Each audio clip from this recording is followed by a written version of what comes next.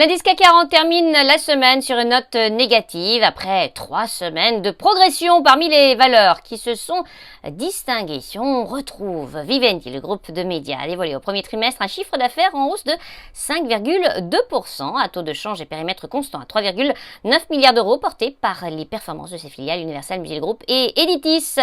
On passe à Air Liquide, le spécialiste des gaz industriels a de son côté confirmé ses objectifs pour l'exercice 2021 après avoir dévoilé pour le premier trimestre un chiffre d'affaires en repli de 0,7% en données publiées, mais en progression de 3,8% sur une base comparable à 5,33 milliards d'euros. LVMH, le groupe de luxe, va renforcer sa participation au capital du spécialiste des articles de maroquinerie de luxe et d'accessoires italien, Tod's, en l'apportant de 3,2 à 10%. Dans le reste de l'actualité, Vinci, le groupe de construction, a publié pour le premier trimestre un chiffre d'affaires en progression de 5% à 10,2 milliards d'euros. Le carnet de commande a de son côté augmenté de 21%. Le groupe maintient ses perspectives pour l'exercice 2021.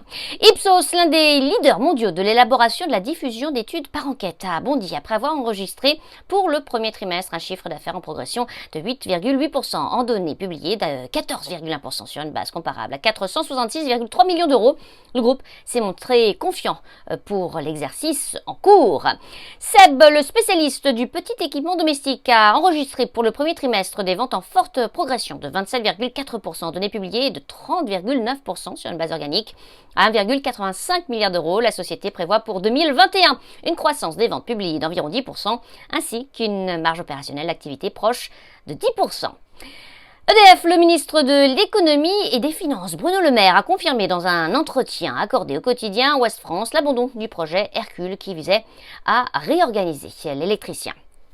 On passe à présent à Bureau Veritas, un leader mondial des essais de l'inspection et de la certification, a fait part pour le premier trimestre d'un chiffre d'affaires en progression d'1,3% en données publiées et de 6,6% sur une base organique à 1,155 milliards d'euros.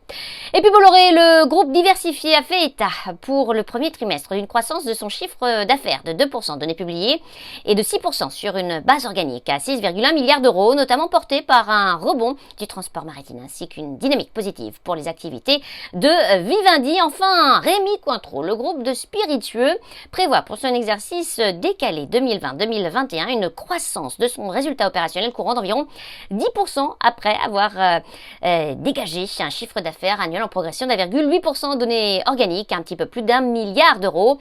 Le groupe a profité pour son quatrième trimestre d'une excellente dynamique de la consommation aux États-Unis et en Chine continentale. À New York, Sabrina Cagliosi pour Trading Central. Je vous souhaite une très belle fin de journée à tous. À demain.